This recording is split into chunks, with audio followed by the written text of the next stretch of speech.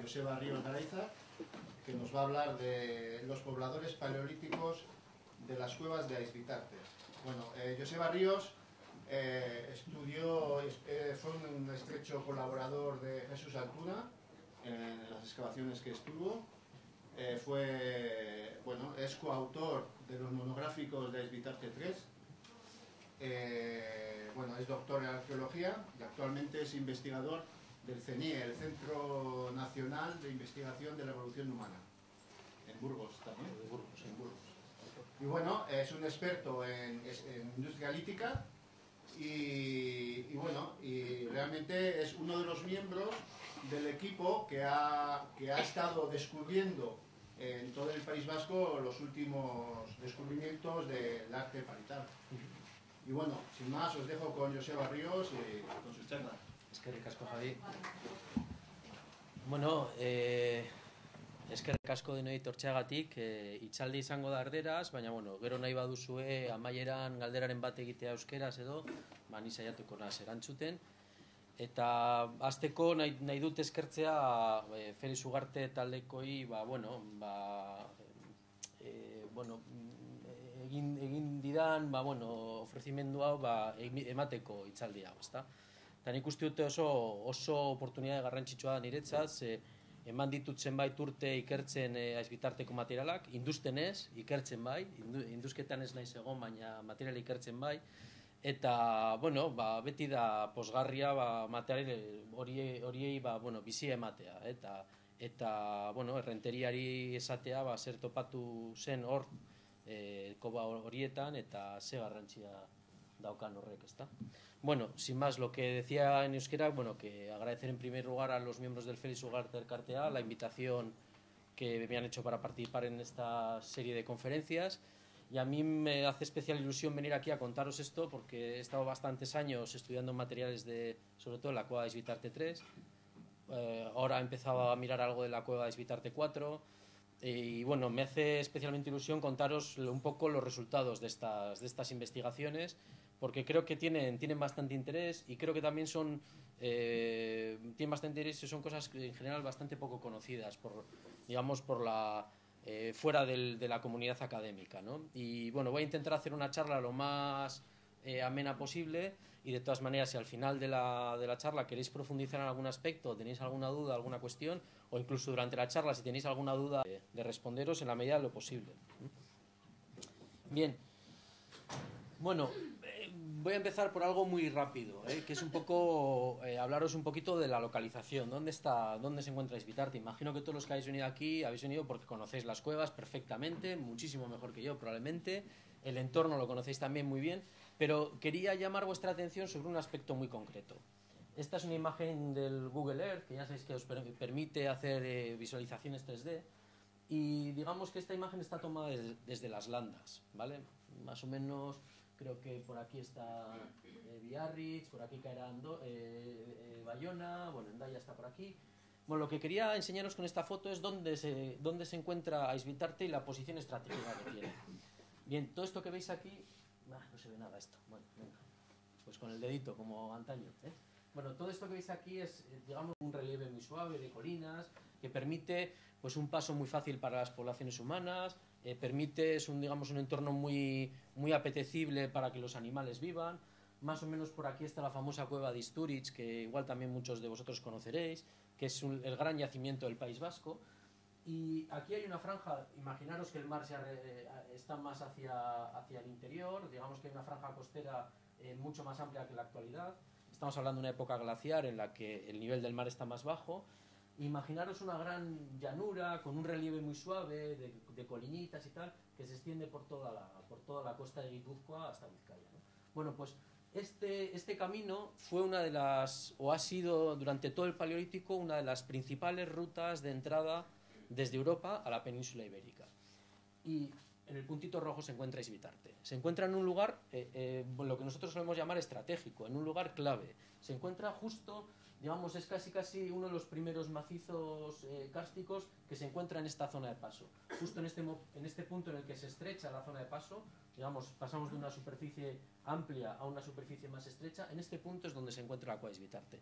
De ahí radica también un poco su importancia, Y como os explicaré luego un poquito más adelante, de ahí vienen también un poco, esto también explica un poco los fuertes vínculos que tiene todo el registro arqueológico de Aizvitarte con el registro arqueológico del sudoeste de Francia.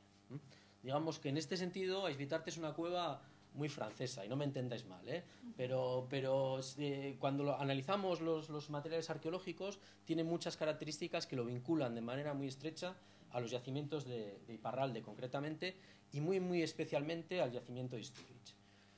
Nosotros solemos a veces decir, y luego os explicaré por qué también, que Aizvitarte es de alguna manera como el hermano pequeño de Istúriz. Tiene prácticamente lo mismo que Istúriz, pero siempre como Istúriz es todo a lo grande, a lo gigantesco, con miles y miles de restos, y en Aizvitarte tenemos más o menos lo mismo, pero a una escala un poquito más pequeña. Y estamos casi seguros de que los que habitaron Istúriz también habitaron en Aizvitarte. Quizá no de manera tan continuada, de manera más puntual, pero digamos que son los mismos grupos humanos, a lo largo de varias etapas del Paleolítico. Bueno, estas fotos también las conoceréis bien, estas vistas de las cuevas, cuando el monte estaba más despejado y se veía todo con un poquito más de claridad. Bueno, sin más he querido poner esta del 53 y esta del 78, porque esta es digamos, de antes de las excavaciones de Barandiarán, que son las que actuaron fundamentalmente en la cueva 4, y esta es posterior a las excavaciones de Barandiarán. Me ha resultado curiosa porque aquí se ve, digamos, mucho más despejado, y aquí se ve bastante más cubierto, que probablemente sea parte de la escombrera, ¿no?, que dejó Barandiarán. De hecho, siguen saliendo materiales en esas escombreras, y se ve que, bueno, que están... bueno, que son bastante ricas, ¿no?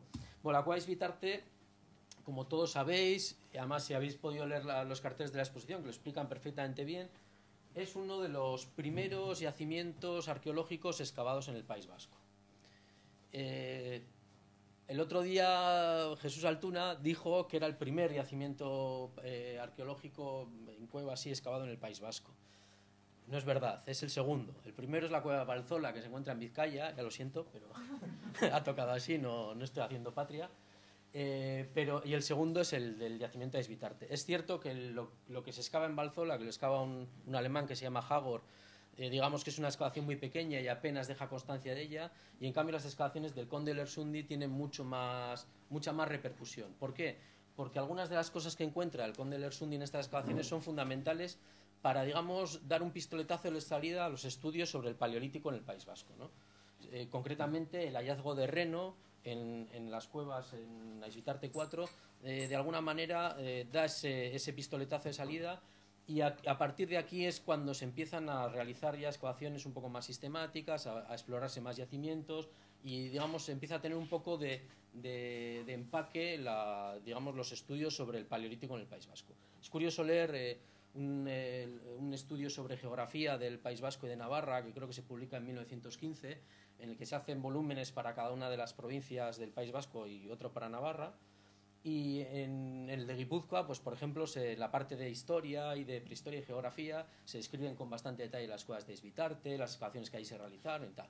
Y se habla de prehistoria y se vinculan estos yacimientos con otros grandes yacimientos, pues Altamira, con el yacimiento del Castillo, con yacimientos franceses. Digamos que se pone a Aizvitarte en un marco general, ¿no? Cuando lees el de Vizcaya, por ejemplo, el resultado es lamentable, ¿no? Y te pones a leer y resulta que se dice que no hay ningún yacimiento paleolítico, que no se había excavado nada y tal. Y, por ejemplo, en Vizcaya esta situación no se revierte hasta bastantes años después, hasta que se encuentra Santi Mamiñe y se empieza Barandiarán a excavar, ¿no?, en Santi Mamiñe. Entonces, de alguna manera, Guipúzcoa toma una cierta ventaja gracias a Aizvitarte en lo que se refiere a los estudios sobre paleolítico. Bien.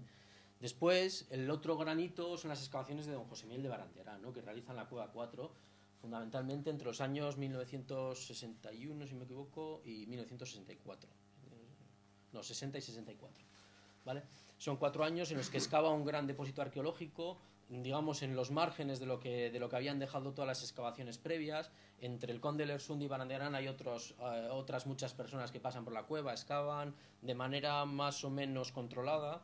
Y desgraciadamente de todo eso que se excava con anterioridad a Barandiarán conocemos muy poco de manera fehaciente o de manera real, ¿no? Los materiales que hay son escasos, están mal contextualizados, las descripciones que hay son bastante malas y pobres, y esto, pues, de alguna manera a mí me genera una cierta pena, ¿no? El otro día le veo aquí a Jesús Tapia, pues decía, perdona que te nombre Jesús, pero es que comentaba que de alguna manera era una pena que no se hubiese encontrado arte en Esbitarte antes, porque quizá aquellos que fueron a excavar Castillo hubiesen estado excavando aquí en Esbitarte.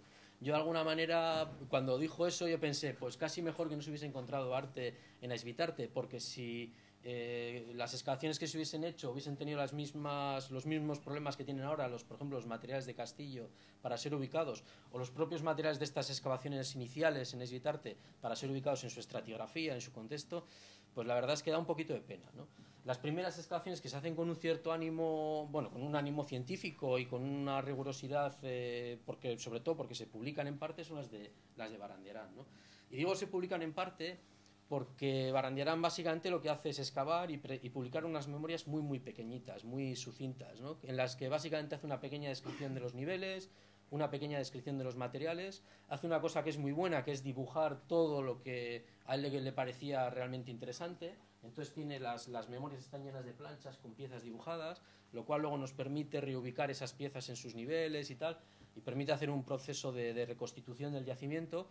Pero estas excavaciones de Esbitarte 4 hechas por Barandiarán tienen bastantes problemas también, ¿eh? No me voy a meter ahora a discutirlos, pero tienen problemas de estratigrafía, tienen problemas de cambios, por ejemplo, en la nomenclatura de los niveles de unos años a otros. Pues en el año 60 llama los niveles de una manera, en el 61 de otra, en el 64 de otra. Esto genera una especie de naste-borraste que ahora mismo resulta un poquito difícil de desentrañar, ¿eh?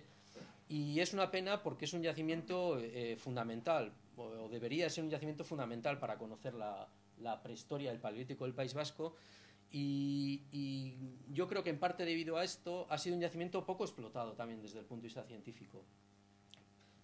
Barandiarán publica sus memorias, después Jesús Altuna publica la fauna del yacimiento, y después pocos investigadores vuelven sobre esos materiales. Y cuando lo hacen de manera muy superficial también.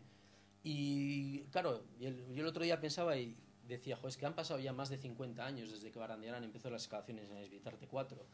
Es una burrada de tiempo. Es casi el mismo tiempo que había pasado entre que Barandiarán empezó a excavar en Esbitarte 4 y las primeras excavaciones del Conde del Ersundi, ¿no? Y esto nos da un poco una dimensión de todo el tiempo que ha pasado, y yo tengo un poco sensación de oportunidad perdida con Esbitarte 4. O sea, porque ahora mismo me parece que es un yacimiento, o los materiales que hay por lo menos, que son difíciles de recuperar para una arqueología moderna, ¿vale? Que es la que estamos intentando hacer ahora. ¿Cuál sería la solución a esto? Pues no lo sé muy bien. Tal vez reexcavar el yacimiento, lo que pasa que no sé dónde. porque cuando vas allí, antes lo comentaba con Javi, ¿no? Que resulta muy difícil hacerte una idea de dónde excavó Barandiarán, qué es lo que puede quedar conservado, qué es lo que no. Es un sitio realmente complicado de recuperar, y en cierta medida una pena, ¿eh? Pero aún así se pueden entresacar de ese yacimiento bastantes ideas y muy interesantes, que luego las expondré con más detalle.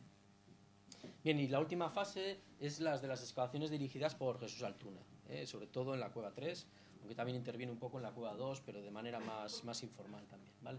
Y en la cueva 3, bueno, pues se realizan dos excavaciones, una en el interior de la cueva.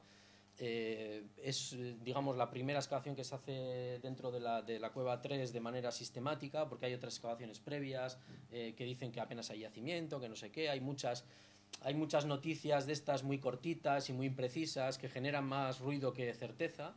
Y bueno, estas excavaciones del interior creo que van a salir el mes que viene en una monografía. Yo he participado en el estudio de la industria lítica de esas excavaciones. Y las del exterior, pues bueno, fueron publicadas ya en el año 2011, o sea, ya hace 6 añitos. Y bueno, de alguna manera, estos yacimientos, tanto o sea, Esbitarte 3, la parte exterior como la interior, están excavados con una metodología más moderna y más precisa, lo cual permite integrar el conocimiento generado en estas excavaciones, digamos, en los estudios que estamos haciendo actualmente sobre el Paleolítico en el País Vasco. Integrarlo sin demasiados problemas. No está exento de problemas, ¿eh? Siempre que excavas un yacimiento hay problemas, que si la estratigrafía, que si este material de dónde viene, que si tal. Pero bueno, hay muchos menos problemas con Esbitarte 3 que los que hay con Esbitarte 4. Bueno, aquí tienes una imagen de la monografía de Esbitarte 3, de la zona de la entrada, y esta es, pues, bueno, la recopilación de los artículos que publicó José Miguel de Barandiarán sobre Esbitarte 4, en excavaciones arqueológicas en España. Bueno, Para ubicarnos un poquito, bueno, algunas de las imágenes que he puesto las he acreditado, digamos, he puesto el autor de las imágenes. En otros casos para mí ha sido imposible encontrar el autor de estas imágenes y por esto no lo he puesto, y en algunas otras seguramente se me ha olvidado ponerlo. Pero ya os indicaré cuáles son las imágenes que son mías, un poco por hacer honor a aquellos que han hecho esto. Pues concretamente este dibujo, que creo que se publica en un artículo de divulgación firmado por Álvaro Arizabalaga, pero el dibujo no sé exactamente quién lo hace, y lo he encontrado por ahí, y bueno, la voy a utilizar porque realmente es una recreación de una escena del Paleolítico que está centrada en Aizvitarte. Se supone que esto está representando un poco la Cueva 4 y las gentes que vivían allí, ¿vale? Esto lo voy a hacer un poco a modo introductorio porque no sé tampoco si os ubicáis bien en los distintos periodos del Paleolítico y en las implicaciones que tienen, y entonces voy a hacer un pequeño recorrido pues para situarnos y luego ya nos vamos a meter con los yacimientos, ¿vale? Bueno, esto es lo que sería una línea cronológica de los distintos grandes periodos que están, digamos, en los que está estructurado el Paleolítico del País Vasco, ¿vale? Entonces tendríamos un Paleolítico inferior, que no tenemos... bueno, se dice que en Aizvitarte 3 apareció un bifaz. No he encontrado ninguna descripción buena de ese bifaz y evidentemente no he encontrado ninguna foto, y creo que el material no está conservado en ningún sitio, pero es posible que hubiese una ocupación muy, muy antigua en las cuevas de Aizvitarte, ¿vale? En la cueva 3, cuando tú entras, está la zona de la entrada donde excavó Altuna, que hay cosas pues, que tiene una cronología entre 60 y 15.000 años más o menos, pero en la parte derecha de la cueva hay unos depósitos de gravas y de cantos rodados que están muy cementados, pegados a la pared, que son bastante más antiguos que lo que excavó Altuna. Es posible que esa pieza que dicen que puede ser un bifaz provenga de esa zona de ahí, ¿eh? Y es posible que hubiese algún indicio, aunque sea pequeñito, de ocupación de la cueva durante el Paleolítico inferior. Pero ya os digo que es una noticia muy imprecisa y no nos permite situar o poner un mapa claro, o sea, un punto claro en el mapa de Aizvitarte 3 como un yacimiento paleolítico inferior. Entonces, digamos que este periodo no lo tenemos representado claramente en la cueva. El Paleolítico medio sí que lo tenemos representado, aunque se conoce muy, muy, muy poco. Prácticamente lo único que se conoce viene de la excavación de la zona de la entrada de Aizvitarte 3. Jesús Altuna excavó bastantes metros cuadrados, y en uno de esos metros cuadrados profundizó un poco más hacia el fondo y alcanzó unos niveles en los que aparece algo de material del Paleolítico medio, que luego os explicaré un poco. Estamos hablando de hombres de Neandertal y estamos hablando de unas cronologías que abarcan más o menos entre unos 150 y unos 40.000 años, ¿vale? Grosso modo, ¿eh? Es una posibilidad, con este hallazgo en Aizvitarte 3 habrá una posibilidad muy interesante. Luego veremos un poquito más, ¿vale? Luego hay un periodo que lo he metido aquí porque me gusta especialmente, porque es a lo que me suelo dedicar yo normalmente, que es el Chatel Perroniense, que tiene un nombre muy gracioso además. Bueno, pues este periodo tampoco está representado en la cueva 3 ni en la cueva 4, ¿vale? Digamos que sería un momento de transición entre neandertales y humanos modernos, ¿vale? Humanos modernos, que es nuestra especie. Luego tenemos lo que le llama el Paleolítico superior inicial, que sería el auriñaciense y el gravetiense, y este sí que lo tenemos representado en Aizvitarte 3 y bien representado además, ¿vale?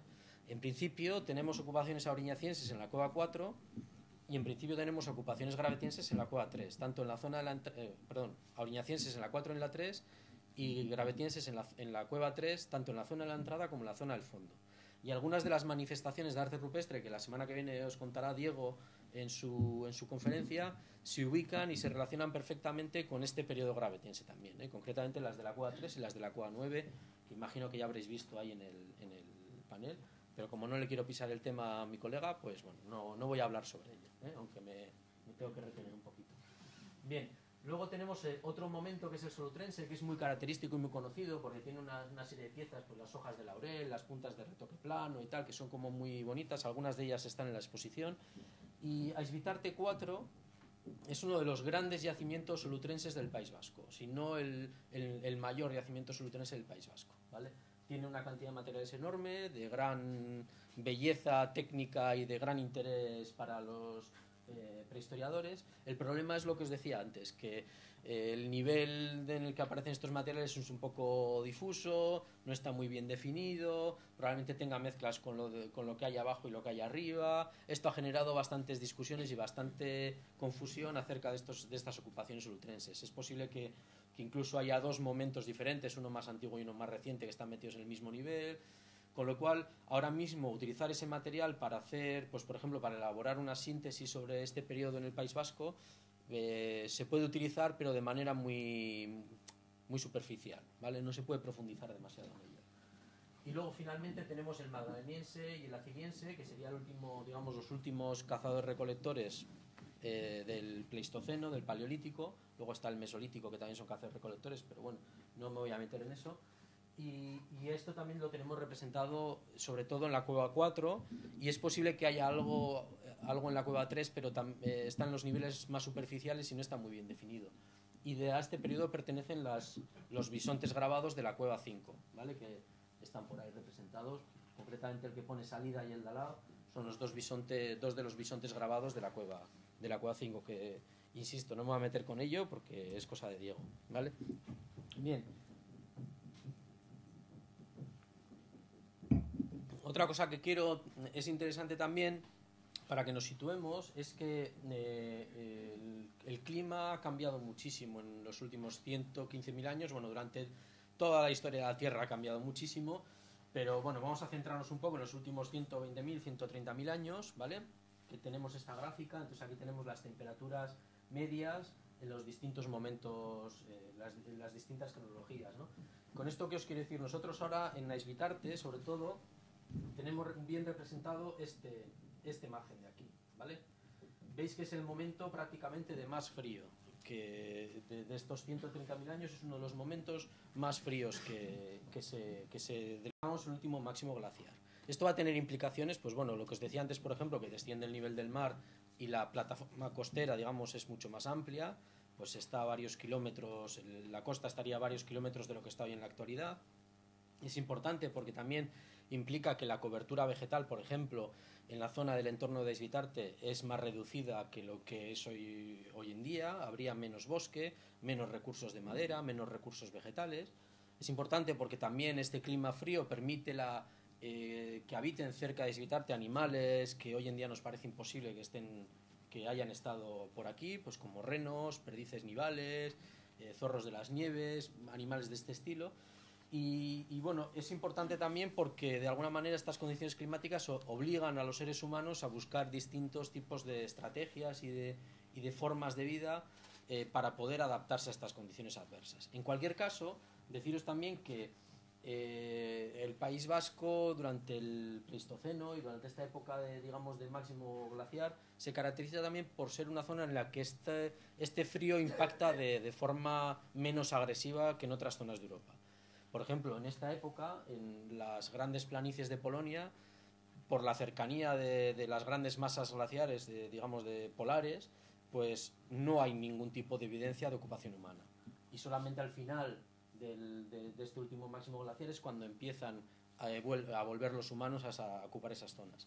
En el País Vasco hay un poblamiento casi continuado a lo largo de todo este periodo. Hay algunos momentos en los que hay probablemente menos ocupación, hay bajones demográficos casi seguramente, y hay un gran aumento demográfico al final del periodo del último máximo glaciar, es cuando se empiezan a ver muchísimos yacimientos en muchas cuevas de las que conocemos nosotras, cuevas del Magdaleniense, ¿vale? Bien, y un poco el marco geográfico, bueno, estos son un mapa con todos los yacimientos o la mayor parte de los yacimientos del Paleolítico superior de la zona del País Vasco, tanto peninsular como continental, incluyendo algunos de Pirineos occidentales que no son del País Vasco sensu estricto, pero bueno, que están muy cercanos a ello. Y como veis hay una gran densidad de yacimientos. Y bueno, simplemente he puesto esta gráfica, luego pondré otra, pero bueno, para que veáis que están muy concentrados en la zona costera, en la franja costera. Hay muchos menos en la zona, digamos, de las montañas que dividen un poco Vizcaya y Guipúzcoa con la zona de la Llanada Alavesa.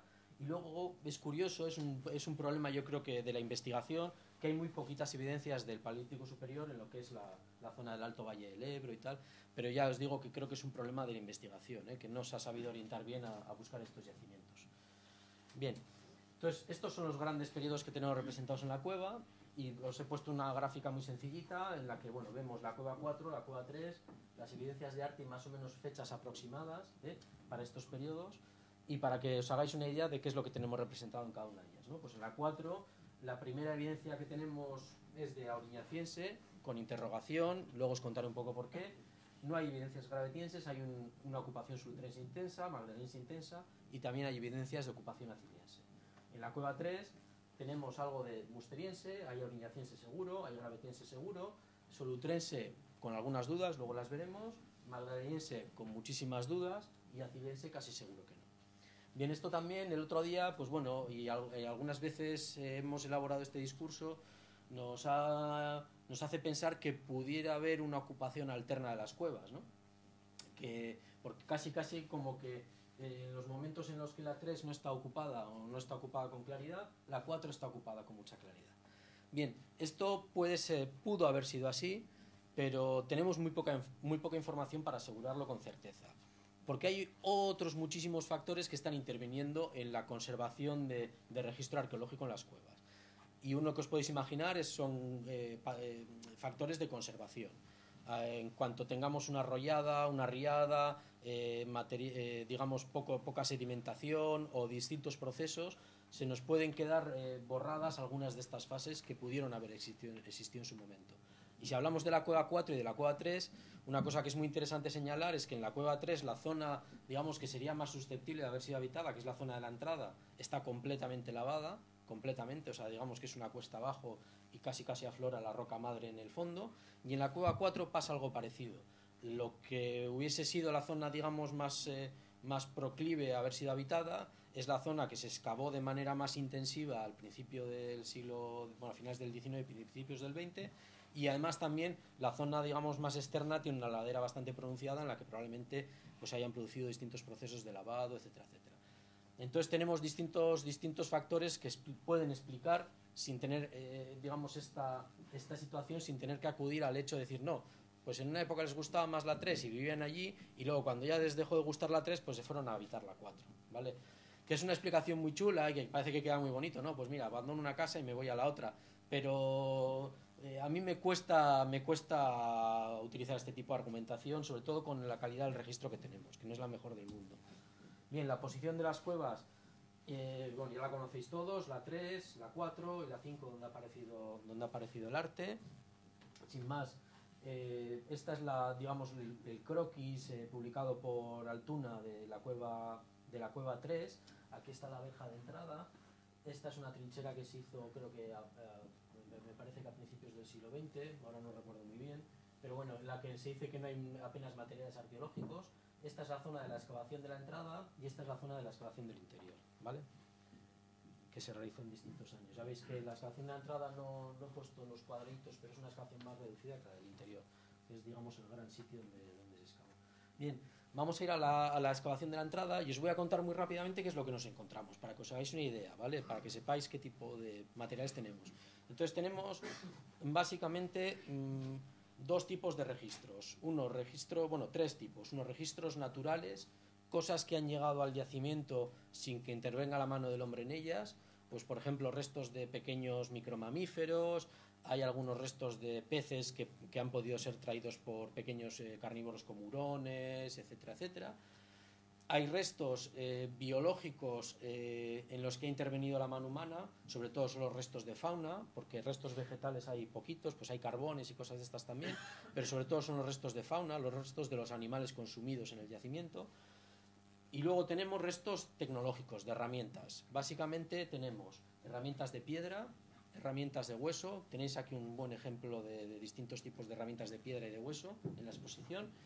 Y luego en algunos casos pues tenemos algún otro tipo de objetos, pues por ejemplo objetos que tienen cierta carga simbólica, como pueden ser colgantes, objetos decorados y alguna cosa de este estilo, ¿vale? O sea que básicamente este es el espectro de cosas que tenemos en todos los niveles de Aisbitarte 4, ¿eh?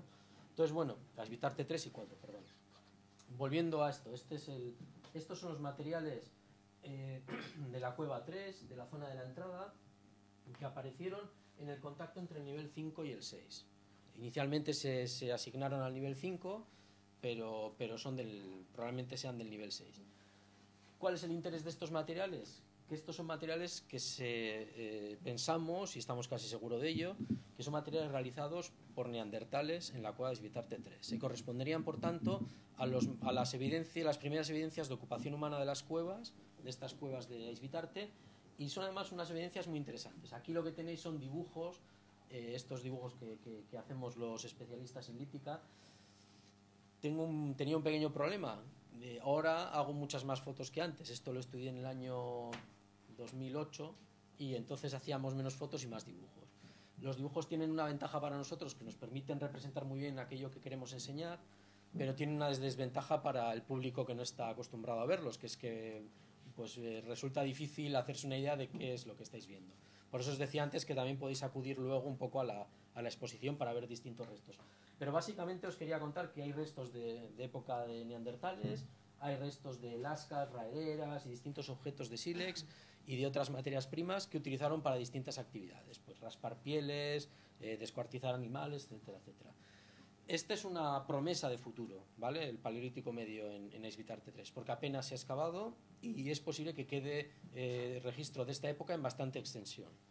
Pero, ¿cuál es el problema? Que para alcanzar estos niveles que estarían aquí, hay que excavarse antes todo este paquete de aquí, que son riquísimos, son niveles que son riquísimos, que se conocen muy bien ya, y esto implicaría un proyecto de muchísimos años de excavación. Y yo no sé si hoy en día hay alguien que esté dispuesto a asumir digamos, un proyecto de este estilo, teniendo en cuenta además que los materiales de la excavación de Altuna se acaban de publicar hace apenas 5 años, ¿vale? Entonces esto genera también ciertas complicaciones. A mí, por ejemplo, me encantaría excavar eso, pero no me voy a meter ahí 10 años excavando niveles auriñacienses y gravetienses para llegar a niveles de Paleolítico Medio, ¿vale? Quizá en un futuro lo haga, ¿eh? No digo que no. Bien, estos son materiales del nivel auriñaciense. Esto tiene una fecha entre 33 y 31.000 años de antigüedad. Se corresponde un poco con los primeros o casi los primeros humanos modernos digamos, de nuestra especie, representantes de nuestra especie que llegan a Europa occidental. Y bueno, pues sin más, os he querido poner también algunas láminas pues para que veáis un poco pues, los materiales que aparecen, sin más, ¿eh? Pues estos son raspadores, se suele interpretar que se utilizan para raspar piel, pero también se utilizan para raspar madera. Algunos son núcleos para sacar pequeñas lasquitas que luego se utilizan en otras cosas. Bueno, tienen una tipología bastante variada y formas bastante variadas, pero algunos de estos tipos son muy característicos de este periodo, la auriñaciense. Pero sí que me quiero centrar en estos son también materiales de la auriñaciense, son buriles, bueno, básicamente son objetos que se golpean de distinta manera para sacar pequeñas laminillas y crear biseles para grabar, para raspar, para hacer distintos tipos de actividades. Y sí quería poner aquí un poco, pues casi por deformación profesional, porque ese es mi negociado, la industria lítica, es a lo que me dedico, porque hay en el nivel 5 hay unos ejemplares de buriles que son muy particulares, que son estos de aquí. Vale, estos buriles pequeños que se hacen, las flechitas indican dónde se ha dado el golpe, ¿de acuerdo? Y esta tipología, este formato de buriles es lo que se llama buril de Noailles, que os sonará a muchos a chino, pero luego os voy a explicar la importancia que tiene, ¿vale? Estas piezas tan pequeñas, ellas por sí solas, son uno de los grandes tipos de útiles que aparecen en los distintos niveles de Svitarte 3, ¿vale? Tanto en el auriñaciense como en el gravetiense. En el auriñaciense aparecen muy poquitos y de formato muy grande. Y en el gravetiense ya veréis, luego os voy a poner una gráfica, aparecen a centenares y en formatos muy pequeños. Bien, esto nos ha permitido, digamos, la aparición de este tipo de objetos que, digamos, son objetos muy intencionales, ¿vale? Se hacen de una manera muy concreta y con un objetivo muy concreto y al final tiene una forma muy concreta, ¿vale? No es una cosa que no se llega a esta forma de cualquier manera o por azar, ¿vale? Se llega a esta forma porque hay una intención.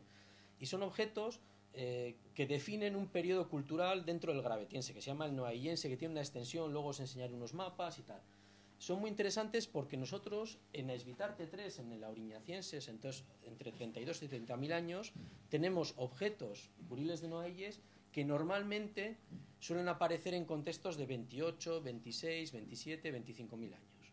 Esto nos está permitiendo proponer la hipótesis, y esto es una hipótesis de partida, ¿vale?, que estamos proponiendo que digamos, esta facies cultural dentro del Garatiense, el noaillense, que aparece en Istúriz con mucha intensidad y en otros yacimientos del sudoeste de Francia, y que en el Cantábrico prácticamente las últimas expresiones que tiene están en Vizcaya, en la cueva de Bolincova, nos está permitiendo proponer que esta facies se origina, tiene su epicentro entre Istúriz y Aizvitarte, digamos en esta zona de contacto entre el continente y la península. Y esta es una línea de trabajo que estamos siguiendo, y de hecho tenemos algunas dataciones de las más antiguas de Europa para el Gravetiense en la cueva de Aizvitarte 3, con lo cual esto digamos que refuerza un poco esta idea.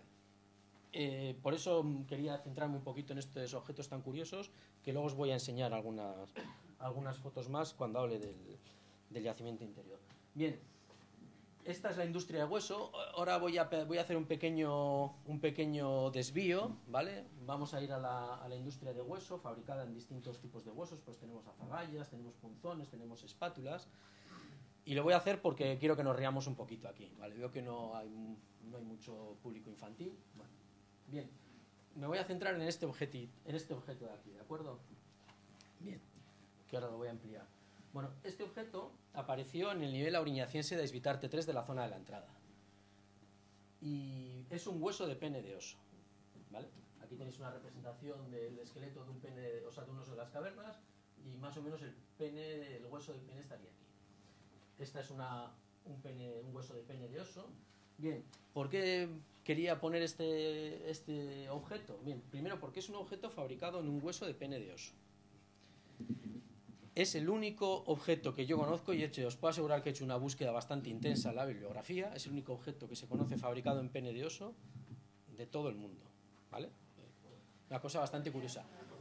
Es posible que haya algunos más, pero es el único. Bien, este hueso además tiene un par de cosas muy interesantes.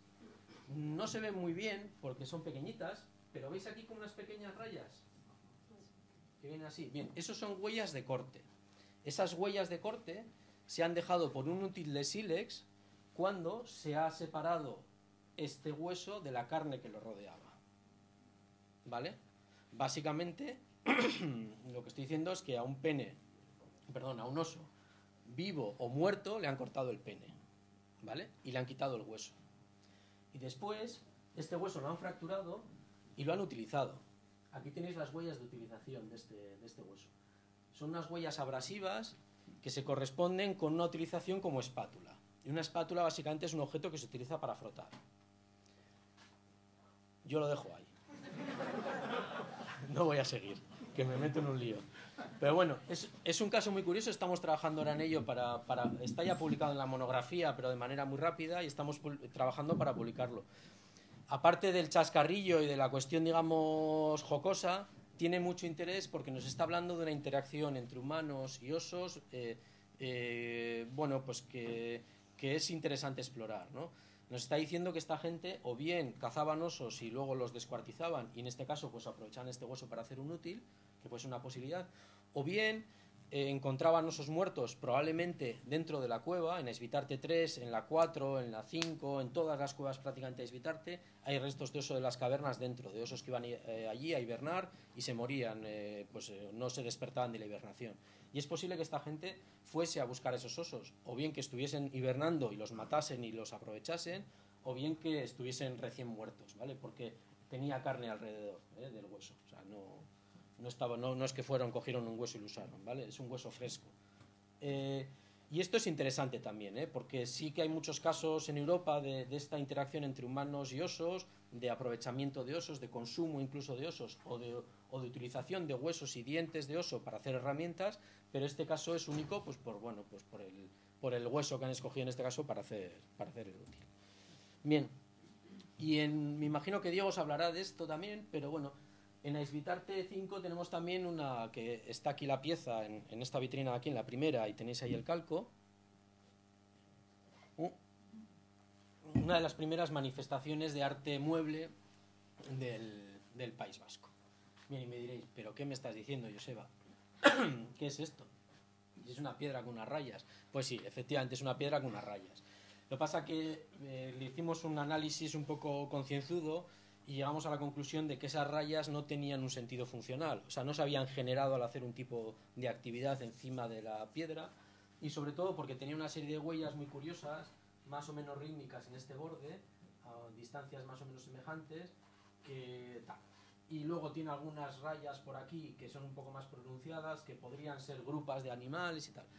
Nos rompimos la cabeza bastante tiempo para intentar sacar alguna figura de aquí, porque sospechamos que pudo haber alguna figura animal o que pudo haber la intención de hacer alguna figura animal, pero hemos sido incapaces de encontrarla. Entonces, de momento se queda como una piedra con grabados y punto, ¿vale? La tenéis ahí, la podéis ver y luego pues me podéis venir y decirme, oye, Seba, eres un jeta, así ahí no se ve nada. Bueno, pues se ve muy poco, es cierto, ¿eh? Pero bueno, que sepáis que está ahí. Bueno, sigo un poco hacia arriba. Este es el nivel 5A del yacimiento, los materiales que aparecen. Y he puesto esta gráfica otra vez para que veáis esos pequeños buriles que os decía antes, los buriles de Noailles. Pues bueno, aquí tenéis ya muchos más, pero en formatos más pequeños y más regularizados. Este nivel concretamente tiene una datación sin calibrar de unos 29.000 años de antigüedad. Es uno de los yacimientos gravetienses más antiguos de Europa. Estamos hablando de que hasta hace no demasiado se planteaba que digamos, la cultura gravetiense era una cultura paneuropea que existía a lo largo de toda Europa, desde las estepas rusas hasta Portugal, y que era una cultura que, como siempre cuando se intentan explicar cosas nuevas en el occidente de Europa, era una cultura que venía a Oriente, ¿no? Venía del Próximo Oriente y entraba pues por Anatolia o entraba por los Urales y luego se va desplazando, y entonces todos tenéis en la cabeza el típico mapa con la flechita que viene, y vienen esas gentes y sustituyen a las que había antes, les pegan una patada en el culete y venga, y se quedan ellos ahí, ¿no? Bien, y para que esta teoría fuese cierta, pues tendría que haber yacimientos, los gravetienses más antiguos tendrían que estar en el este de Europa, luego menos antiguos en el centro, y los más recientes tendrían que estar en el occidente de Europa, ¿no? Bueno, pues esto no es así, esto es casi un recurso de ciencia ficción, ¿no? o de narrativa, ¿vale? Realmente, cuando te pones a analizar el registro arqueológico, las cosas no son tan sencillas, no podemos dibujar casi nunca una línea así maravillosa y decir, pues estas gentes vinieron de aquí y llegaron hasta aquí. Es muy difícil hacer eso, estamos hablando de lapsos de tiempo muy amplios, de miles de años, con lo cual estamos hablando de decenas y decenas de generaciones humanas, con lo cual la cosa se complica mucho más. Estamos hablando de poblaciones que no tenían una intención pionera, ¿no? Su objetivo no era vamos a alcanzar el fin del mundo, no, pues ellos irían viviendo, se irían moviendo para adelante, para atrás, para no sé qué, para tal. Y estamos hablando de una hipótesis que plantearía que las poblaciones de los lugares ocupados eran memelos, eran idiotas, porque se quedaban allí, esperaban a que viniesen los otros y entonces decían extinguirse. Bueno, este tipo de escenarios pues no son muy... a mí no me sugieren demasiadas cosas o demasiadas cosas interesantes. Y en cambio lo que estamos viendo con este tipo de planteamientos que está haciendo del posible origen de una variedad de este gravetiense o de este tipo de cultura en esta zona de aquí, del País Vasco, pues bueno, a mí me resulta bastante interesante, porque está hablando de poblaciones locales, entendedme en sentido muy amplio del término. O sea, esta gente podría estar viviendo en Asturias, podría estar viviendo en Huesca, estamos hablando de miles de años, de poblaciones muy móviles, etcétera, etcétera, pero más o menos gente que está viviendo en ese entorno, que desarrolla sus formas de vida concretas y formas culturales concretas, probablemente con la interacción con otros grupos que vienen de otros sitios, etcétera, etcétera, y al final generan un tipo de cultura arqueológica nueva, que probablemente corresponda, pues el noaillense este famoso, pues dura casi 7.000 años. ¿Os podéis imaginar una cultura humana que dure 7.000 años de manera inamovible y que todo tenga siempre la misma función y el mismo objetivo y el mismo tal? Pues a mí se me hace un poco difícil. No olvidéis los buriles de Noailles, que luego volvemos sobre ellos un poquito, ¿eh? Bueno, y otro tipo de objetos muy curioso que aparece en la Svitarte 3, esto concretamente aparece en la Svitarte 2, pero son materiales que vienen de la 3, hay un sumidero que arrastró materiales, y en concreto esta es una punta de una azagaya, un fragmento de azagaya que se llama punta de Istúriz. El nombre ya os lo dice todo, ¿no? Es un tipo de objeto muy característico, de nuevo, como el buril de Noailles, que aparece en un momento, en una cronología muy concreta, con una forma muy concreta y muy precisa y muy definida, y el sitio donde aparece de manera abrumadora, o sea, en cantidades inmensas, es en Istúriz. Aquí tenemos esta Svitarte 3, y esta es la Svitarte 3 de la zona exterior, que no es una punta Istúriz, pero se le parece un poco. Es posible que esto le falte la parte proximal, que sea esto de aquí, ¿vale? No lo he intentado, igual estaría bien intentarlo, pero esto podría juntar una con la otra, ¿eh? Pero bueno, algún día lo haremos. Bien, y... perdonad, que se me ha colado. Bueno, esta es un poco la repartición de yacimientos en todo el mundo con puntas de Sturridge, ¿vale? Ya veis que no hay demasiados y básicamente se concentran en dos puntos, uno en la zona de Dordoña, ¿vale? Y luego en la zona del País Vasco, ¿eh? Y el más occidental de todos es el de Ascondo, que es una cueva que está en Mañaria, en Vizcaya, luego Bolincova, y en Guipúzcoa y Usategui y Esvitarte 3.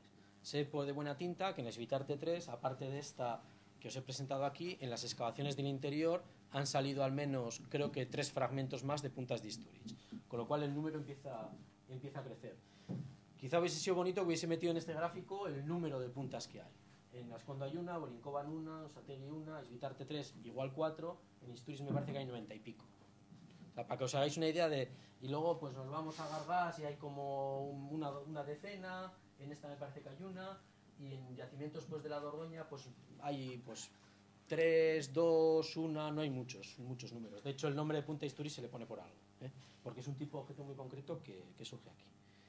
Bien, voy a volver a esta sin más para contaros que otra cosa que hay en Esvitarte 3 es el momento, digamos, más reciente de esta cultura, del gravetiense, que aparece en el nivel 3 de la zona exterior, que tiene en torno a unos 22, 21.000 años. Bueno, sin más, os quería poner algunos objetos curiosos que han aparecido, porque no hemos hablado de estas cosas hasta ahora, pues agujas de hueso, por ejemplo, colgantes fabricados en caninos de zorro, en este caso, una pequeña cuenta de hueso que está partida por la mitad, que es bastante curiosa en su morfología, algunas herramientas de hueso también. Y esta es una pieza que está también en la exposición de la cueva del nivel 2, pero que cronológicamente probablemente sea parecida a la ocupación del nivel 3, que es un hueso de ave, que es hueco por dentro, que está cortado en sus extremos y que tiene unas marcas en los laterales. Bueno, es un tubo, la interpretación de este tipo de objetos es muy variada. Algunos dicen que era para objetos para llevar agujas, como pues, pequeños botecitos. He leído también que algunos proponen que podrían ser tubitos para llevar veneno, para poder manchar las puntas y así cazar más fáciles. Bueno, la verdad es que son objetos en principio que suelen estar decorados, que se conoce muy poco su función y que bueno, que estaría bien investigarlos. No son demasiado abundantes y uno de ellos pues lo tenemos en la cueva 3, en la zona exterior. Bien, yo ahora voy a pasar a la zona interior y os he querido meter esta de fotos para que veáis estos buriles de Noailles, porque en el interior hay una cantidad de buriles de Noailles que es abrumadora. En el nivel 6, que es el nivel más potente de, digamos, gravetiense de la zona interior de Esvitarte 3, hay centenares de buriles de Noailles. Después de Sturridge, es el segundo yacimiento con más buriles de Noailles de todo el mundo, ¿vale? Hay mogollón. De hecho, creo que en porcentaje me parece que alcanzan el 60 y pico, 70% del utillaje retocado, del utillaje que está fabricado expresamente. Hay tantísimos que resulta difícil encontrar una explicación de por qué hay tantos ahí. Una cosa que nos falta por hacer y que a mí me gustaría hacer en un futuro, pero no encontramos tiempo para todo, es analizar las huellas de utilización de estos buriles de Noailles. Esto lo hacemos mediante análisis microscópicos y nos permite ver las huellas de desgaste que provocan los distintos tipos de actividades, ¿vale? Nunca se ha hecho un estudio sistemático de este tipo de útiles y por tanto desconocemos su función, pero nos llama la atención de que sea una actividad tan monomaníaca, ¿no? De decir, es que están haciendo la misma cosa todo el rato, ¿no? Y no sabemos muy bien para qué los utilizaban, y la verdad es que esta es una pata que se nos queda muy coja cuando hablamos del noaillense, ¿no? Porque lo estamos basando en un tipo de útil que no sabemos para qué lo usaban. Hace poco se ha propuesto la hipótesis de que podía usarse para hacer tatuajes. Es una hipótesis que está, igual habéis oído, no lo sé. Bueno, pues es una hipótesis que está totalmente sin contrastar todavía, ¿eh? Y aquí, bueno, me quiero mojar un poco, que me llamó mucho la atención cuando lo hay lanzado a la prensa la hipótesis, porque no había ninguna prueba de que eso fuese así. Sin más, había una... Bueno, de hecho es una hipótesis que todavía la tienen que validar. Es cierto, y ahora os voy a decir una cosa, donde se da la ocupación en la zona interior de Esvitarte 3 es una zona muy interior de la cueva, es una zona que no es muy cómoda para habitar, el techo está muy bajo y la composición de la industria lítica es un poco rara. Aparecen muchísimos buriles de Noailles, muchos más de los que cabría esperar en un yacimiento de hábitat normal.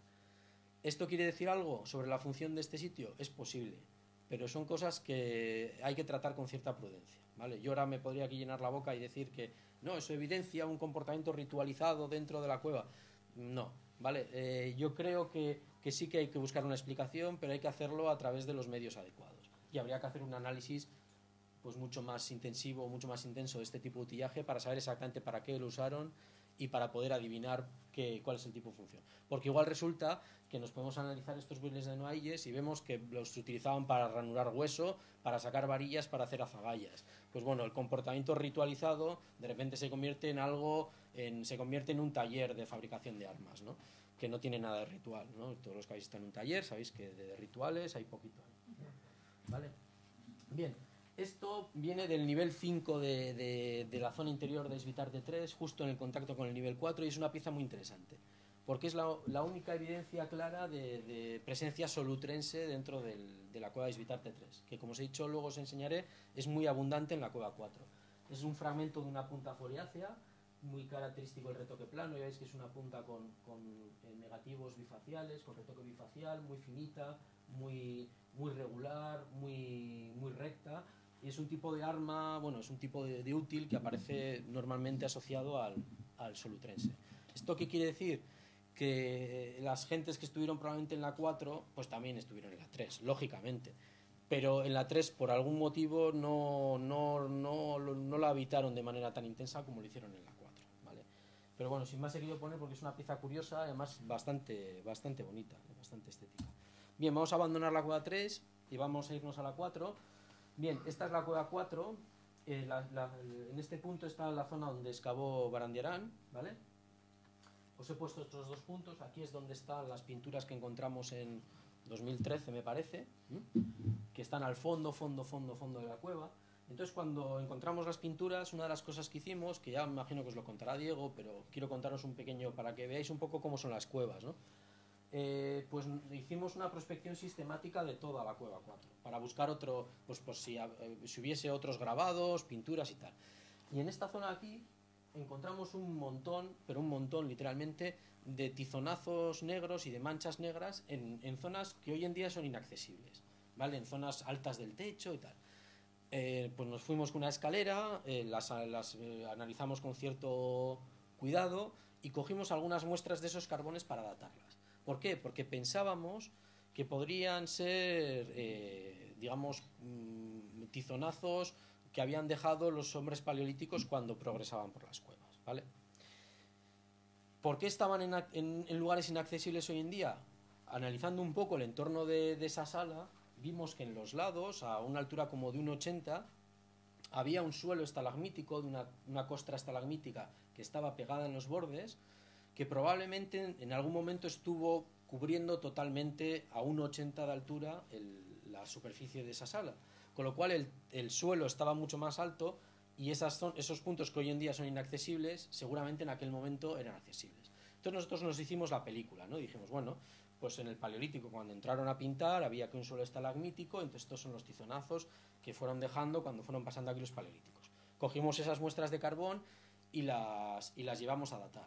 ¿Cuál fue nuestra sorpresa? Claro, porque luego todo ese suelo estalagmítico se había roto, 1,80 m de sedimento que había entre el suelo actual y el suelo estalagmítico había desaparecido completamente, se había ido para la cueva de abajo, había sido lavado por agua. Es un proceso que os podéis imaginar, estoy hablando de toneladas y toneladas de sedimento, una cosa como muy potente, muy compleja, ¿no? Y nosotros nos imaginamos que para eso hacía falta muchísimo tiempo, pues miles de años, ¿no? Para que eso hubiese sucedido. Entonces mandamos a datar esas muestras de carbón.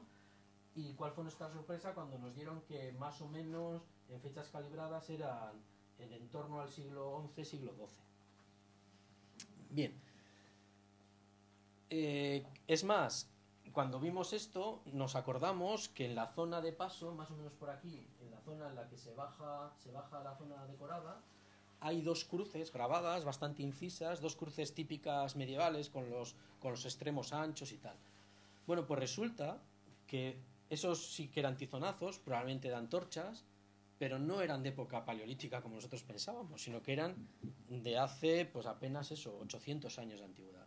Entonces, en esos 800 años se había producido ese fenómeno geológico tan brutal del que os hablaba. Se había roto la costra, se había vaciado toneladas y toneladas de sedimento y nos había cambiado completamente la cueva. Con esto os quiero decir, vuelvo un poco a lo del principio, ¿no? Lo que os contaba cuando decíamos que si una cueva había estado ocupada y la otra no, y no sé qué, y cuando abandonan una mano a la otra. Bueno, este tipo de procesos nos ha podido borrar toda evidencia de ocupación humana desde, pues eso, desde el siglo XII hasta hace pues 60.000 años, por ejemplo. Porque debajo de las costras estas aparecían pegados algunos restos de uso de las cavernas y sabemos que tienen que ser anteriores por lo menos a 25.000 años. No las hemos datado, bueno, no tienen buena pinta para datar, pero con esto os quiero decir que hay que tener... Las cuevas son entornos muy complejos para el estudio de este tipo de cosas, ¿no? Bien, voy a ir un poco más rápido. ¿Por qué? Porque de la cueva 4 sinceramente conozco menos. No he profundizado tanto en ella. Hoy he empezado a estudiar materiales del nivel 5, del supuesto auriñaciense. Otros materiales los había visto en otros momentos de mi vida y los conozco un poco por encima y conozco un poco las implicaciones que tiene en el contexto del Paleolítico del País Vasco, ¿vale? Bueno, este es un croquis de la excavación de Barandiarán. En negro o en gris tenéis los cuadros que él excavó, o por lo menos los que él dice en sus memorias que excavó, él y Jesús Altuna en la publicación del 72 que publica La Fauna. Esto a mí me llama poderosamente la atención porque si esto es verdad, yo entiendo que este debe ser el borde que dejaron las excavaciones previas. Esta es la pared de la cueva, pero debería quedar todo este testigo todavía por excavar. Y yo cada vez que voy allí a visitarte 4 es que no lo veo el testigo. Si lo viese y si alguno lo veis, por favor decidme dónde puede estar para que le podamos atacar un poquito, aunque sea 1 metro cuadrado, hacer una limpieza, coger unas muestras para datar, con un poco de solvencia y tal. No veo dónde está este testigo, porque tiene que quedar bastante, por lo que él describe lo que excava, lo que baja en estos sitios, y aquí que no excava, debería de quedar bastante. Pues nada, no hay manera. Sí que sabemos, o sí que se ve, en esta pared de aquí, sí que se ve una zona en la que probablemente quede el corte uno de los cortes que Barandiarán dejó, ¿vale? Quizá ahí se podría en un futuro atacar al yacimiento. Bien, sin más, no me voy a extender mucho más en esto, ¿vale? Deciros que tiene varios niveles, el nivel 1, 2, 3, 4 y 5. El nivel 5 es el que está en la base de la secuencia, encima de una terraza probablemente muy antigua o bastante antigua, ¿eh? Es un estrato que el propio Barandiarán lo define como auriñaciense. Altuna mantiene esta descripción auriñaciense al estrato del nivel 5.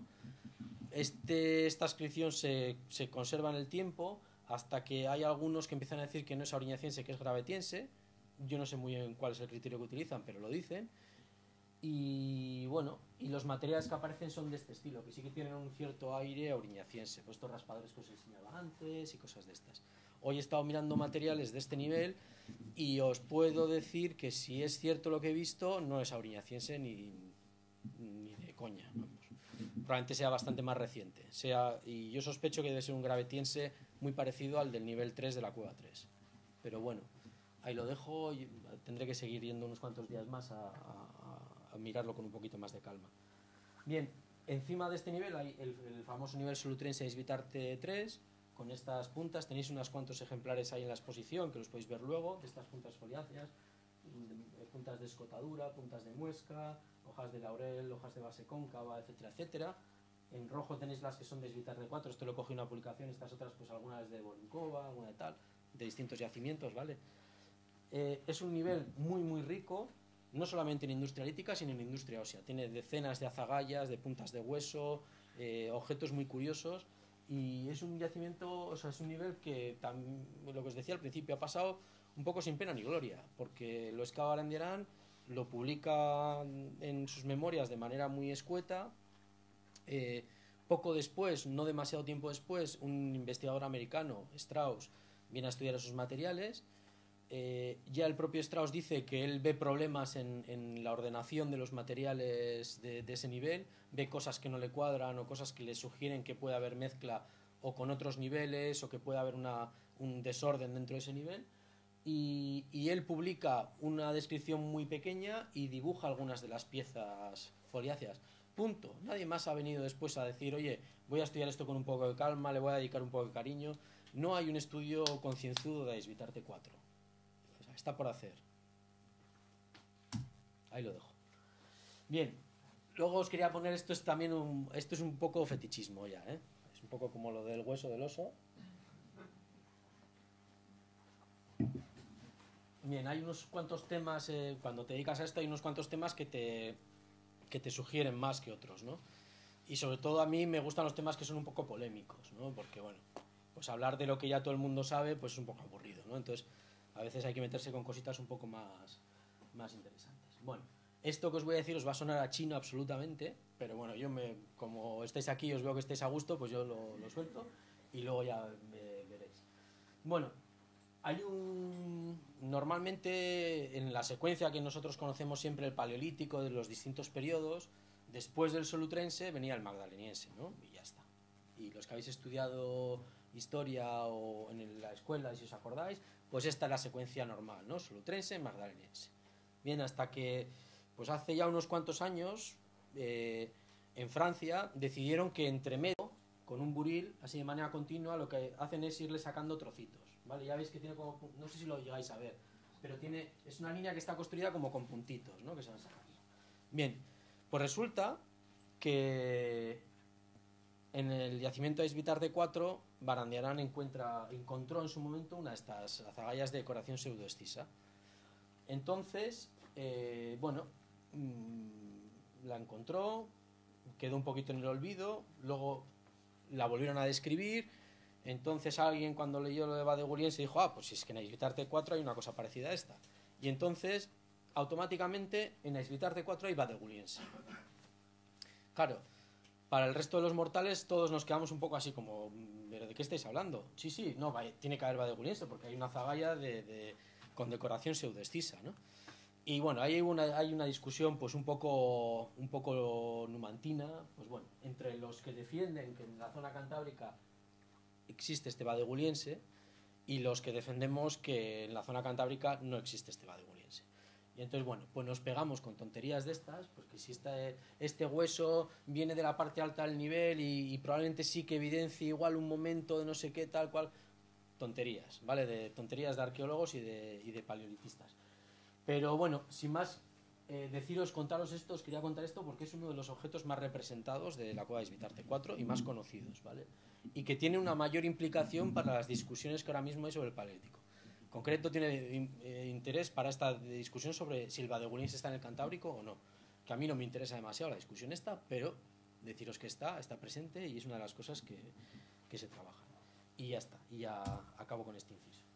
Bueno, y esta es una pieza de arte mueble que también está en la exposición y que yo sinceramente tengo profundas dificultades para ver este reno en la plaqueta esa. ¿Vale?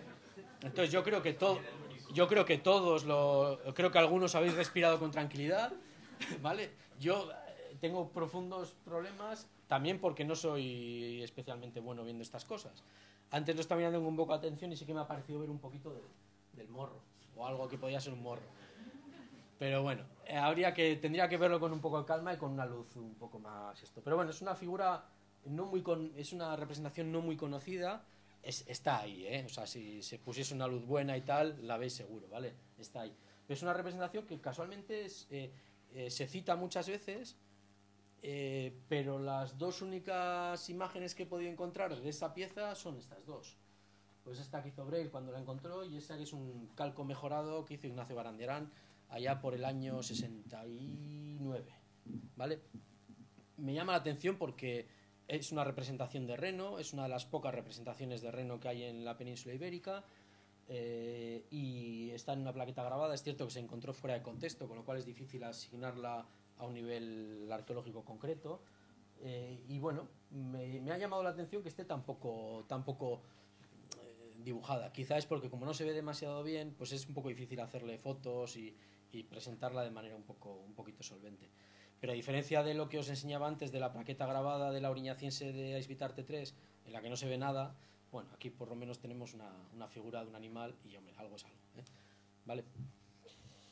Bien, y luego, para terminar con Aizvitarte 4, pues bueno, contaros que los niveles magdalenienses son también riquísimos, tienen una cantidad de material lítico y material óseo espectacular y también son súper interesantes y también están muy poco trabajados. Quiero decir, Barandiarán, otra vez un poco el mismo esquema de antes, ¿vale? Barandiarán publica sus memorias muy cortitas y apenas se toca luego después. Y es cierto que aquí viene Pilar Utrilla, que es los estudia para su tesis doctoral.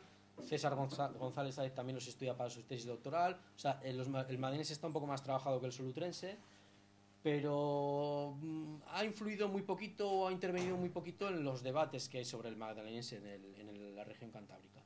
Y la verdad es que yo creo que es una pena, porque es uno de los grandes yacimientos para tratar este tipo de cuestiones. También es posible que se deba al hecho de que Barandiarán excava lo que él llama magdalenense en un solo estrato, en un solo nivel gigantesco. Y probablemente dentro de eso que él llama magdalenense haya un magdalenense inferior, haya un magdalenense medio, quizá hay un magdalenense superior, en la parte de arriba hay un naciliense. Entonces, con esto os quiero decir que es posible que también el problema derive un poco de esta situación, ¿no? Que al juntarse todos esos, digamos, fases dentro de un mismo paquete estratigráfico, pues luego resulta muy difícil desentrañar, separar esos distintos componentes y poder analizarlos cada uno en su contexto, ¿vale? Bueno, esto con lo que se refiere a los distintos niveles y tal. Y ahora voy para ir terminando ya, porque si no me voy a pasar, que ya he visto que llevo un mogollón de rato. Bueno, voy a hablaros de algunas cosas muy concretitas, ¿no? De cuestiones ya un poco más de vida y de subsistencia de estas poblaciones, ¿no? Por suerte, al haber estado Jesús Altuna implicado tanto en las excavaciones de la 4, en el estudio de la fauna, como en las excavaciones de la 3, y al ser uno de los mayores especialistas en fauna pues en aquella época mundiales y hoy en día pues del País Vasco sigue siendo los mayores especialistas, los estudios de fauna son bastante detallados de todos estos niveles que os he ido hablando. Y hay cosas pues muy curiosas y sin más voy a daros unas pocas pinceladas porque como os ha dicho Javi antes, mi especialidad son los útiles de piedra y cuando empiezo con la fauna pues vamos resbalando un poquito. Pero hay algunas cosas muy interesantes. Bien, este es un gráfico de la cueva 3. Aquí tenéis los distintos niveles, ¿vale? Este es el nivel auriñaciense y estos son los niveles gravetienses. Aquí tenéis ciervo, aquí tenéis rebeco y aquí tenéis bisonte. Cuanto más cerca esté de uno, quiere decir que más presencia o más importancia de ese animal hay. Bueno, para empezar, es súper interesante ver esta casi diría, podríamos decir, especialización en el bisonte, bueno, en los grandes bóvidos, que puede ser bisonte o uro, que hay durante el gravetiense. Es idéntica este patrón de representación de animales en la zona interior de la cueva. Esto es de la zona exterior de Aizvitarte 3. En la zona interior, de nuevo, se repite este patrón, sobre todo grandes bóvidos. Y es muy curioso porque esto es algo que no aparece en muchos yacimientos de la región cantábrica y es casi un caso muy, muy, muy especial de Aizvitarte 3. Puede tener algo que ver con su posición geográfica, como os decía, cerca de esa zona de más o menos llanura amplia, pues que sería toda la vía de Chingud y tal, cuando el mar estaba más lejos. Puede tener algo que ver con eso. Puede ser que haya un especial interés en ese tipo de especies en esa época. Puede tener que ver también con que en esta época en el gravetiense el clima es bastante frío y las masas boscosas son más reducidas y hay más superficie de pastos, especialmente apropiados para este tipo de animales. Las explicaciones son múltiples y probablemente no haya una sola que responda a esta cuestión. Pero sin más quería comentaros que es curioso, ¿no? que en el nivel auriñaciense pues se caza tanto grandes bóvidos como ciervo y en cambio en los niveles gravetienses sobre todo grandes bóvidos. Y si luego nos pasamos a los niveles de la cueva 4, esto cambia totalmente y de hecho no se ve apenas, pero los puntitos que están, este puntito de aquí, este puntito de aquí, este quesito de aquí y este quesito de aquí, pequeñitos todos ellos, el que tiene más tiene un 7,9%. Esa porción del quesito representa a los grandes bóvidos en los distintos niveles de la cueva 4. Ya veis que la diferencia con la cueva 3 es radical, ¿vale? Y en cambio en la cueva 4, sobre todo que se caza, ciervo. Es el gran animal que se caza. Al final tanto en el solutrense, que se supone que se da en una época de gran frío, sobre todo lo que se caza es ciervo. En el acilense lo mismo, en el madense lo mismo y en el auriñaciense igual. se pueden parecer un poquito más a lo que tenemos en el Auriñaciense de la cueva 3. Con esto deciros que esto nos está hablando de variabilidad ecológica en el entorno del yacimiento de Aizvitarte a lo largo del tiempo, pero nos está hablando también de variabilidad en las estrategias de subsistencia de estas poblaciones. No siempre cazaban lo mismo y probablemente por la experiencia que tenemos en otros yacimientos sabemos que no solamente cazaban aquello que tenían más a mano. Probablemente están seleccionando aquellos animales que más les interesan, por los factores X que queráis, porque son más rentables, porque le han pillado el tranquillo y son los que cazan más fácilmente, porque les gusta la carne de esos animales especialmente, lo que queráis. Pero esto lo que nos está hablando es de una cosa un mensaje que me gustaría lanzaros hoy a vosotros, que estas poblaciones, en contra de lo que muchas veces se traslada digamos, en las obras de divulgación, estas poblaciones no están viviendo en el límite de la subsistencia, ¿vale? No están todos los días, no es una pelea contra la vida o muerte, ¿vale? Eso sería inasumible para cualquier población humana y para estas también. Estas gentes tienen tiempo para grabar, tienen tiempo para hacer colgantes, tienen tiempo para hacer herramientas de asta que las podrían hacer en madera en la mitad de tiempo, tienen tiempo para seleccionar si van a cazar bisontes o si van a cazar no sé qué. Tienen tiempo y el tiempo se lo da que probablemente pues tienen su forma de vida más o menos asegurada y esto les permite realizar otro tipo de actividades o seleccionar aquellas actividades que más les interesen. ¿Os acordáis de la punta solutrenses que os he enseñado antes? Esas tan bonitas. Bueno, hacer esas son complicadísimas, esas puntas. Muchas se rompen en el proceso. Hace falta conseguir un siles de muchísima calidad. Luego os voy a hablar un poco de eso. Digamos que es algo, y luego además sí son muy eficientes a la hora de cazar, pero se rompen enseguida. Con lo cual te permiten pegar un tiro o dos. Joder, dices, tanto tiempo destinado a hacer estas piezas tan preciosas, tan maravillosas, para usarla una o dos veces, pues a veces parece como que va un poco en contra de la lógica económica, ¿no? Que tenemos nosotros metidos en la cabeza. Bueno, pues estas gentes también se tomaban su tiempo pues para, bueno, no voy a hablar aquí para divertirse, pero bueno, para hacer las cosas de otra manera porque podían hacerlas, ¿vale? Y a veces escogían hacer las cosas así. Bueno, pues voy a hacerme un colgantito, voy a hacer un no sé qué, porque es la forma que tengo yo de comportarme, es mi cultura, ¿vale? Otras especies muy curiosas que aparecen también en Aizvitarte, tanto en la cueva, estas dos en la cueva 3 y esta en la cueva 4, reno, perdiz nival y zorro de las nieves. Bueno, especies que ahora mismo viven en zonas muy cercanas al polo y que en aquel momento estaban en Aizvitarte, lo cual también son indicadores de un cierto rigor climático, ¿vale? En distintos momentos de ocupación de la cueva. Otra cosa muy interesante, sobre todo que se ha descubierto en la cueva 3, aparecen restos de peces, bastantes. Y aparecen algunos que pueden parecer normales, que aparezcan porque al pie de Aizvitarte pues corre un río y bueno, nos podemos imaginar que hay peces, por ejemplo, como el salmón o la anguila, que son peces de río. La anguila vive más en la zona más cercana a los estuarios, pero el salmón puede remontar bastante. Y bueno, pues podemos pensar, pues estos eran fáciles de cazar, ¿no? O de pescar. Salmones hay algunos que en el nivel 4 me parece recordar, hay algunos de tamaño considerable, porque una posibilidad es que estos peces los hayan metido algún tipo de depredador, algún ave o algún pequeño carnívoro. Pero ya es un poco difícil de explicar otras especies, como la faneca, la platija o el verdel, que ya son animales de mar, y algunos de ellos, por ejemplo el verdel, que no aparecen cerca de la costa.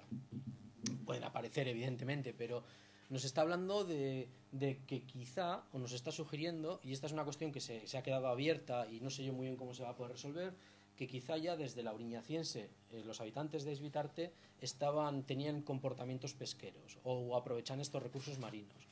Y el grado de minuciosidad con el que se hizo las excavaciones de la zona exterior ha permitido recuperar todos estos restos pequeños de peces y son muy interesantes porque nos están hablando de unas cosas que normalmente no asociamos con el paleolítico, ¿no? Solemos asociarlo con mamut, bisonte, caballo y no sé qué. Bueno, pues también tenemos salmón, tenemos faneca, tenemos verdel. El menú me empieza a interesar un poquito más. Bien, y luego ya sin más, y ya para terminar, otra cosa que también es muy interesante en Aizvitarte 3 es la movilidad que observamos de los grupos que ocuparon la cueva. ¿Cómo podemos analizar esta movilidad? Actualmente hay muchas formas de abordarla, los estudios sobre movilidad de poblaciones en el Paleolítico, pero uno de ellos es la procedencia de las materias primas que utilizan, concretamente la procedencia de los siles que utilizan, ¿vale? Entonces, en el caso de Aizvitarte 3 es muy llamativo porque encontramos siles que provienen de localidades bastante lejanas o muy lejanas. primas. Por ejemplo, y os voy a poner algunos ejemplos, ¿vale? Es bastante frecuente en todos los niveles encontrar siles que provienen de la zona de Treviño, que está a unos 110 kilómetros de distancia. No solo eso, 110 kilómetros en línea recta, pero probablemente para acceder a la zona de Treviño pues habría que hacer un camino bastante tortuoso, ¿eh? O subir por el Valle del Deva, o subir por el Oria, bajar a la zona más o menos de Alsasuar, correr un poquito la burra. O sea, os podéis imaginar este tipo de tránsitos un poco... Hombre, también podrían ir a lo burro, ¿eh? Porque bueno, oye, al final pues podrían decir, pues me tiro por Aizcorri y venga, que sea lo que Dios quiera, ¿no? Pero hombre, lo más normal es pensar que fuesen por los caminos un poco más fáciles o más sencillos, ¿no? Esto nos está hablando de que estas gentes que habitaron a Esvitarte, o bien en algún momento de sus desplazamientos anuales o interanuales, llegaban a esta zona aquí, se aprovisionaban de siles y luego volvían a Esvitarte con esas herramientas ya fabricadas o algunos trozos de materia prima sin trabajar o lo que sea. O bien, otro escenario que es posible y que es difícil de evaluar también, es posible que estos grupos estuviesen en contacto con otros grupos y hiciesen algún tipo de intercambio de estas materias primas, ¿vale? También es muy abundante en Esvitarte el siles de Urbasa, que también está a una distancia considerable. También aparece siles de Curchia o de Vidas, que está en la zona de Bayona. Aparecen muchos siles de Ganchurisqueta, que está en Irún. Y aparecen muchos siles de la cueva también, porque en las calizas de Esvitarte una de las características que tienen es que tienen sílex. Tienen nódulos de siles de pésima calidad, que apenas permite hacer nada decente, pero que en algunos momentos lo utilizan. Y es curioso porque en los dos momentos en los que más se utilizan en siles de cueva de Esvitarte 3 es en los momentos más antiguos, en el Paleolítico Medio, los neandertales, y en el Auriñaciense, ¿vale? Los primeros humanos modernos. Y luego hay porcentajes pequeñitos, pero en todos los niveles aparecen de manera recurrente, de otros siles aún más lejanos, que no aparecen ya en el mapa, pero siles, por ejemplo, que vienen del sudoeste de Francia, de la zona de Salís de Bearn o de la zona de Tercís. Incluso me atrevo a tirarme aquí el órdago de que si se hiciese un estudio un poquito más detallado, porque yo alguno lo he visto ya, incluso es posible que aparezcan siles incluso aún más lejanos. Estamos hablando, cuando se han hecho estudios de este estilo en la cornisa cantábrica y en Francia, en ocasiones se hablan de desplazamientos de siles desde su lugar donde aflora naturalmente a donde ha aparecido, de más de 300 kilómetros, en casos puntuales.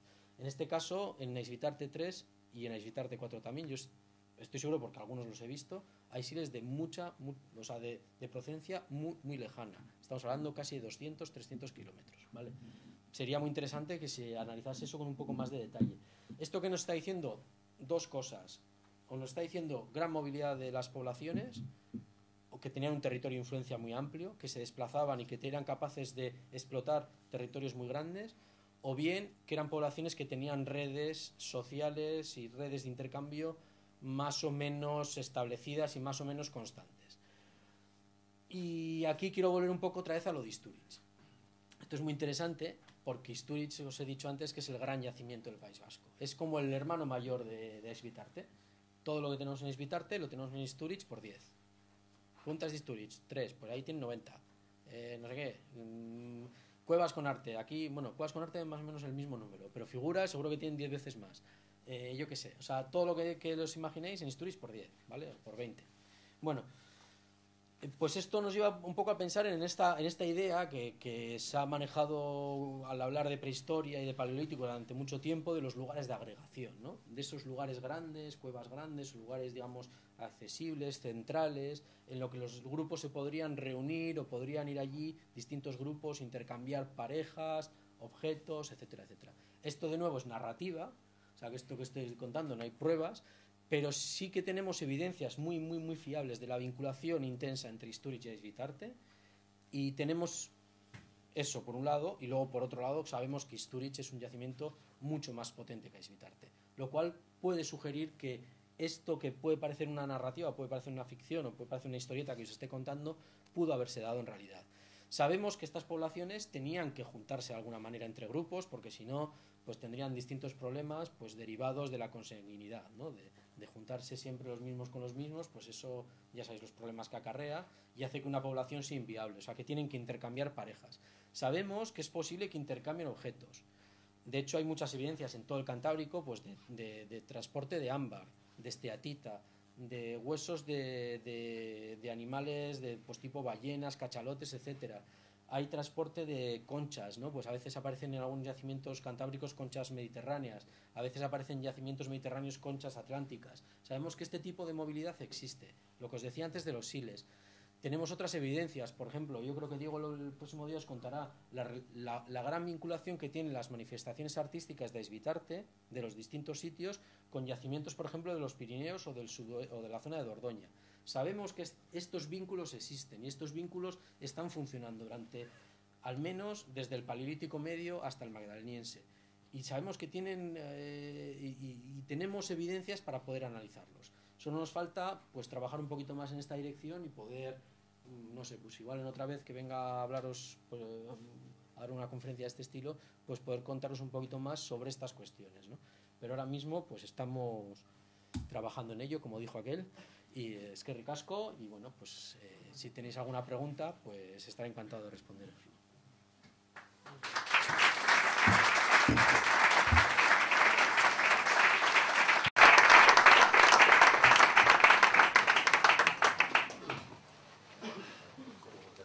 Bueno, si tenéis alguna pregunta, ahora es el momento, ¿eh? Nos queda poquito tiempo para cerrar el local, pero bueno, si alguno tiene alguna pregunta. Más o menos cuánta población había, ¿cómo era de grande el grupo que vivían? Te puedo decir otra vez, o sea, te puedo contar, te puedo dar un dato y probablemente no tenga ningún argumento para dártelo. Quiero decir con esto, sí sabemos que hay un límite mínimo de un grupo humano para ser viable, ¿no? Y para ser viable, no por la supervivencia de esos individuos, sino para que se pueda reproducir y continuarse en el tiempo. Yo calculo que grupos, por ejemplo, que puedan tener redes de intercambio y contactos con otros grupos de 15, 20 hombres, no tendrían mayor problema, incluso igual hasta más pequeños, no habría mayor problema. ¿Hasta cuál es el número mayor de individuos que tendría un grupo de estos? Ni idea, ni idea. O sea, la verdad es que todos los, y te digo más, todos los datos que puedas leer sobre esto son modelizaciones que están basadas un poco en ideas preconcebidas, ¿eh? Tenemos muy poca información realmente sobre la cantidad de población que podía formar parte de un grupo. ¿Por qué? Porque no tenemos, por ejemplo, yacimientos excavados en extensión que nos hablen de ocupaciones muy sincrónicas en los que podamos ver, pues, por ejemplo, cabañas que nos permitan ver un poco cuánta población podía ocupar o vivir dentro. Me explico, o sea, es muy difícil abordar esa pregunta con solvencia. Los análisis genéticos ahora que están haciendo están permitiendo calcular tamaños de población, pero de nuevo en base a modelizaciones, ¿no? A veces y nos dan una idea un poco, imágenes un poco de trozo gordo, ¿no? Nos dicen, pues en Europa hace 20.000 años como mínimo debía haber 15.000 o 20.000 personas. Bueno, pues venga, un trazo gordo, sin tener en cuenta todas las casuísticas históricas que han podido pasar con poblaciones, grupos enteros que desaparecen, grupos que crecen más de lo que pueden y luego se reducen, yo qué sé. O sea, puede haber una variabilidad de situaciones inmensa. O sea, resulta muy difícil de decir, pero ya te digo, para la supervivencia, pues calcula que son unas 15 personas más o menos, lo que podría ser 2 familias extensas, bueno, más o menos. Pero tendría que tener vínculos con otros grupos y tal. O sea, solos, no. ¿Estos grupos habitaban siempre en cuevas o...? No, de hecho, una de las líneas de trabajo que se está llevando con más intensidad en los últimos años en el País Vasco es esta, es salir de las cuevas, ¿no? En las cuevas todo es relativamente fácil. Tú vas a una cueva y la cueva tiene unos límites, ¿no? Y ya está. Eso, para empezar, está muy bien. Y como tiene unos límites, pues dices, pues hago un sondeo ahí, que no sale nada, hago otro ahí, que no sale nada, hago otro ahí. Ya, mira, ya tengo yacimiento, los cabo, pum, listo. En el aire libre, pues no hay límites. Puede haber allí, puede haber allí, puede haber en otro lado. Punto 1. Punto 2. Al aire libre suele haber terrenos que suelen tener propietarios privados, que suelen, pues no, evidentemente pues no le gusta que donde tiene la huerta vayas ahí a montarle una excavación arqueológica, ¿no? Por no decir otros casos pues más complicados, ¿no? Que al final de la huerta va a ser menos problemático. Y esto ha hecho que durante mucho tiempo, como aquí hay muchísimas cuevas en el País Vasco, pues la investigación sobre el Paleolítico se ha centrado mucho en las cuevas. Además, las cuevas aquí permiten la conservación del hueso, permiten recuperar objetos bellísimos de arte mueble, de industria ósea. Las cuevas además muchas veces tienen arte. tienen, digamos, todo lo bueno, todo lo bonito está en las cuevas. Tienen los restos humanos de los enterramientos, de no sé qué, todo lo chulo está en las cuevas, ¿no? Y fuera de las cuevas es mucho más difícil todo, es más difícil la conservación, apenas hay restos de yacimientos que tengan huesos conservados, creo que no me viene a la cabeza ninguno, pero puede haber uno o dos. Todo es mucho más complicado de gestionar, los límites no son tan precisos, pues tienes que decir excavo ahí o excavo allí, como hagas un metro cuadrado A y otro a 60 metros, pues es que te puedes haber dejado medio un yacimiento arqueológico a la leche. Pues ya tienes que usar maquinaria, que si excavadoras, que si no sé qué hacer zanjas, tal. Pero últimamente se está trabajando más en ello y estamos viendo que esa idea que teníamos de que vivían sobre todo en las cuevas es errónea. Ya lo sabíamos que era errónea porque nos vamos a las estepas rusas, donde hace un frío del carajo durante todo el Paleolítico, y vemos que hay ocupaciones en el Paleolítico pues bastante intensas. ¿Por qué? Porque ahí, como no hay cuevas, pues lo que se ha hecho de arqueología se hace al aire libre y entonces aparecen grandes yacimientos. Aquí ahora en el País Vasco están empezando a aparecer yacimientos. Pues aquí cerca está un yacimiento gravetense con muchos briles de Noailles, es la Mechagaña, que está en Donosti. Aparece pues en Iricaich hay un yacimiento de paleolítico medio antiguo, paleolítico inferior, también con evidencias gravetenses.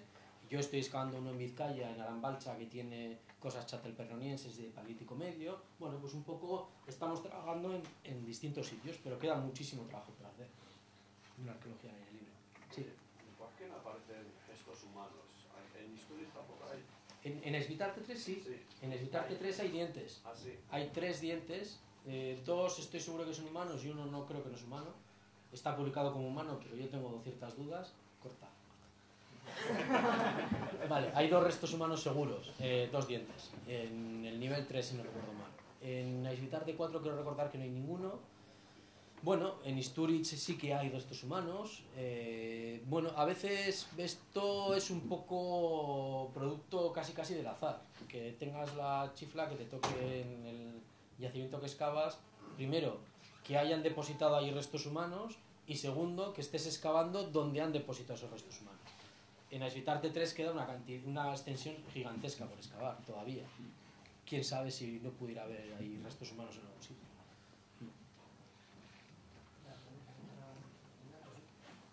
Sí, uno de los problemas que tenemos sobre el comportamiento funerario es que sus posibilidades son tan inmensas desde que los enterrasen a que los tirasen al campo, desde que los tirasen a un río, desde que se los comiesen, desde que los quemasen. O sea, las posibilidades son tan variopintas que al final la casuística es tan enorme que resulta muy difícil abordarlo de una manera un poco concienzuda.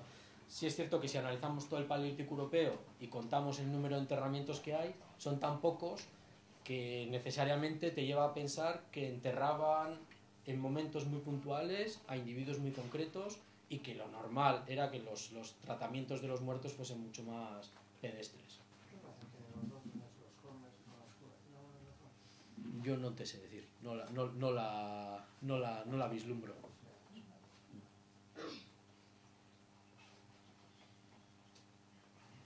Bueno, pues sí, diente de león, ¿no?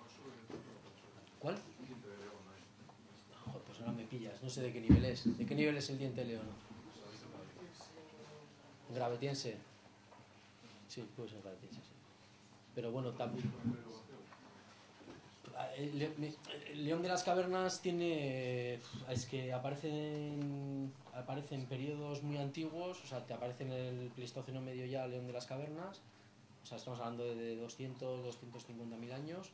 Y los últimos restos de león de las cavernas, hace poco se han publicado algunos de la Garma, que si no recuerdo mal tienen en torno a 16.000, 17.000, 18.000 años más o menos.